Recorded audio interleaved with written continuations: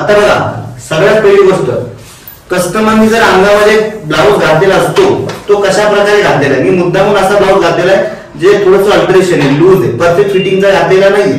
का असा घातलाय ते तुम्हाला समजून सांगणार की कशा पद्धतीने आपण चेंजेस करायचे. मी ऐका, आज जे अंगावरती माप घेत नाही त्याला आज मी माप घ्यायला शिकवतो.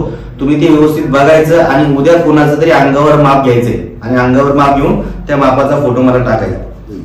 ज्यांनी पेपर कटिंग काढले नाही, ज्यांना जमत नाही त्यांनी प्रयत्न करा आणि जर नसन इथून पुढे प्रयत्न करा, इथून मागे जाऊ द्या. आता मला तुमच्या प्रकारची कटिंग नकोय, मी जे सांगेन ते तुम्ही उद्या प्रयत्न करायचा. आज मी तुम्हाला माप घ्यायला शिकवतो, तुम्ही व्यवस्थित बघा माप कशा पद्धतीने घेतलं जातं.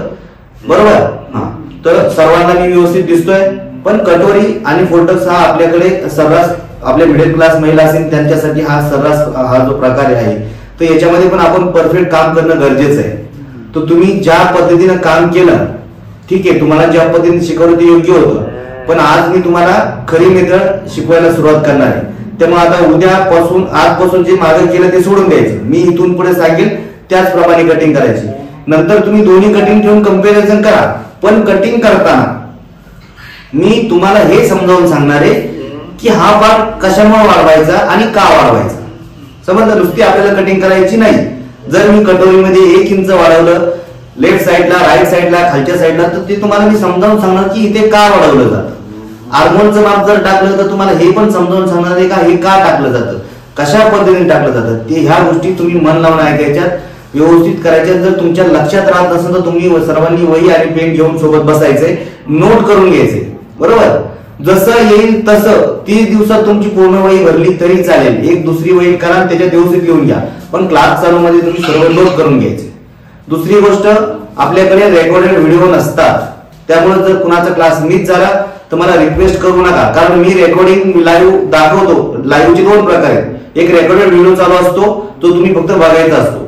तसं नाही आपल्याकडे. मी डायरेक्ट तुमच्याबरोबर कॉलवरती तुमचे प्रश्न ऐकणार, तुम्हाला तुमच्या पद्धतीने समजावून सांगणार. त्यामुळे एवढा मोठा क्लास रेकॉर्ड करणं शक्य नाही आणि ती मी करत पण नाही. त्यासाठी तुम्ही सर्वांनी व्यवस्थित समजावून घेणं खूप गरजेचं आहे. दुसरी गोष्ट, मी डायरेक्ट लिहून देऊ शकतो तुम्हाला, पण मी तुम्हाला काय लिहायला लावणार आहे.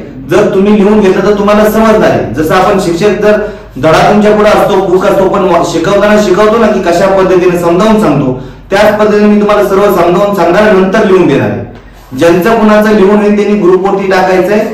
जरी कुणाला शंका असेल मला फोन करा, पर्सनली मी त्यांना लिहिलेलं सेंड करणार आहे. ओके?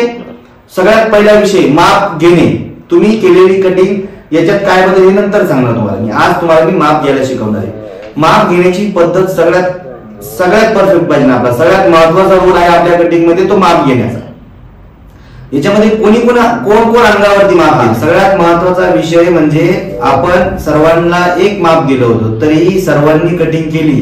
आता ह्यामध्ये अशा काही असतील ज्या 2 वर्षापासून काम करताय, 4 वर्षापासून काम करताय. बरोबर? तरीही सर्वांची कटिंग बघितली, कुणाची सारखी कटिंग आली का नाही. कोणी आपल्या चॅनलवरचा व्हिडिओ बघून सेम कटिंग केलेली आहे ते सुद्धा मला समजलेलं आहे. कोणी कुणाची व्हिडिओ बघून कुणाचा सगळं व्यवस्थित समजतं. त्याच्यामध्ये कटिंग करण्याची पद्धत असेल, योगपट्टीची पद्धत असेल, कटोरीची पद्धत असेल. आता काही ताईंनी काय केलंय, कटोरीला फक्त फ्रंट साईडला आणि खालच्या साईडला वाढवलेलं आहे. काही ताईंनी तिन्ही साईडला वाढवलेलं आहे. काहींनी खालच्या बाजूला जिथे आपण खालचा टच घेतो त्या साईडला राऊंड शेप दिलेला आहे. म्हणजे प्रत्येकाने वेगवेगळ्या प्रकारे कटिंग केलेली आहे. बरोबर? आता सगळ्यात महत्वाची गोष्ट म्हणजे सर्वांचं असं म्हणणं आहे की तुम्हाला ज्या पद्धतीने शिकवलं त्या पद्धतीने तुम्ही काम करताय. याआधी आता सानिकाताई पण बोलत होत्या काहीतरी विषय, आधी पण त्यांनी भरपूर कोर्स केलेले. हा ताई, सानिकाताई माईक चालू करा. हो सर, बरोबर आहे. हो सर, बरोबर आहे. नाही, तुमचं म्हणणं अगदी बरोबर आहे. त्यामुळे काय होतं, आपल्याला विश्वास ठेवायला थोडासा वेळ लागतो कुठल्याही गोष्टीवर. नाही, तुमचं सत्य बाबी रागाला राग येत नाही. मी काय सांगतोय ती महत्वाची गोष्ट. तुम्ही जे सांगताय ती सत्य परिस्थिती आहे आणि ह्याच परिस्थिती मी तुम्हाला काल समजून सांगितली. काय होतंय, आधी आपण एकदा पैसे घातले त्यानंतर आपल्याला हवं ते भेटत नाही. बरोबर? पण मी क्लास केला असताना तेव्हा माझ्या सासूबाई होत्या, तर त्या काय म्हणल्या, त्यामध्ये मी खूप प्रयत्न केला शिकायचा, पण समोर शिकवत नाही. सगळ्यात पहिला क्लास आपण काम शिकतोय आणि त्या शिकणाऱ्याकडनं जर आपल्याला उत्तर आलं की हे असंच असतं तर आपण कुठेतरी थांबून घ्यायचं. कारण आपल्या प्रश्नाचं उत्तर आपल्याला भेटतंय का, आपल्या मनात जी शंका आहे बरोबर काहीतरी त्याचं आपल्याला म्हणजे आपलं समाधान असं उत्तर ते ऐकायला पाहिजे. चूक तर चूक बरोबर तर बरोबर, पण आपल्याला काय सांगितलं जातं शोल्डरच्या संदर्भात असेल कुठल्याही संदर्भात असेल तर काय सांगितलं जातं की नाही हे असंच असतं ते तसंच असतं किंवा हे प्रश्न भरपूर सारे असे ऐकायला भेटतात आपण क्लास करत असताना. जर ज्या क्लासमध्ये तुम्हाला किंवा जिथे पण तुम्हाला हे प्रश्न ऐकायला भेटतील कुठे पण तिथे आपण थांबायला हवं. कारण आपल्याला जर आपल्या प्रश्नांचं समाधान भेटत नसेल तर तिथे आपण थांबून उपयोग नाही. सगळ्यात महत्वाचा विषय तुम्ही जी कटिंग केली त्यामध्ये सर्व मेथड चुकीच्या होत्या. तुम्ही फक्त ऍडजस्टेबल करून शिवताय. काय करताय एक शिवताय. फॅशन डिझायनिंग मध्ये जो प्रकार असतो हे मोठमोठे डिझायनर या जो तयार केलेले पार्ट आहेत याचे प्रकार असे असतात की हे बॉडी टाईप वरती आहे. जर एखाद्या ताईला जर कटोरी ब्लाऊज परफेक्ट होत नसेल तर इथे जिथे आपली टीप येते तिथून मोजायचं आणि इथे आपल्याला बघायचं हा पहिला खाली करून असं व्यवस्थित माप किती येतं बघायचं. खाली असा भाव खेचून बघायचा. तर आता मी जे माप सांगतोय हे माप सर्वांनी लिहून घ्यायचं. हे माप सर्वांनी लिहून घ्यायचं आणि कसं घेतलं लिहून 13.5 इंच उंची.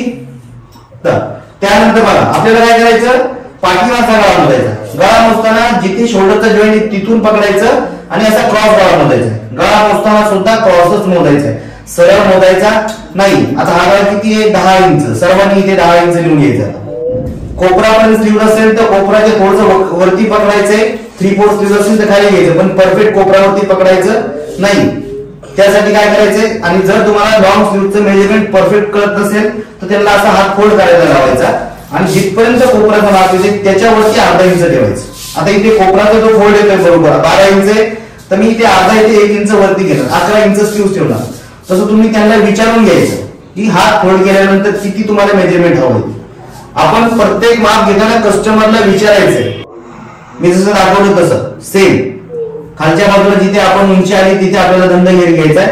आपलं एक बोट असं म्हणजे त्याच्या आतमध्ये असलं पाहिजे आणि तिथे बघा आता इथे 14 इंच आहे.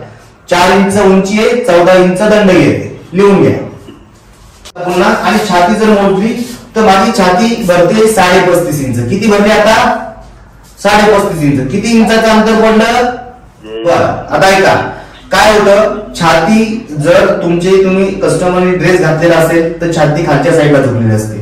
ब्लाऊज घातलेला असेल पण इनर घातलेली जर नसतील तर ही छाती खालच्या साईडला झुकलेली असते. वयामानाने सुद्धा छाती खालच्या साईडला झुकलेली. काय होतं माप घेताना कस्टमरला जर पोट वगैरे असेल तर थोडंसं त्याला लागल्यासारखं होत असेल किंवा काहीतरी असेल तर फिट मध्ये उभं राहतात आणि माप घेऊन जायचं तर एकदम रिलॅक्स होतात. रिलॅक्स जरी झाले तरी 1 इंचाचा फरक पडतो. किती 1 इंचाचा 15 करायची म्हणजे तुम्ही एक्स्ट्रा ठेवायचं का तो जो ब्लाऊज गोळा होणार आहे त्या गाड्यांमुळे वरती सरकणार आहे थोडासा समजलं.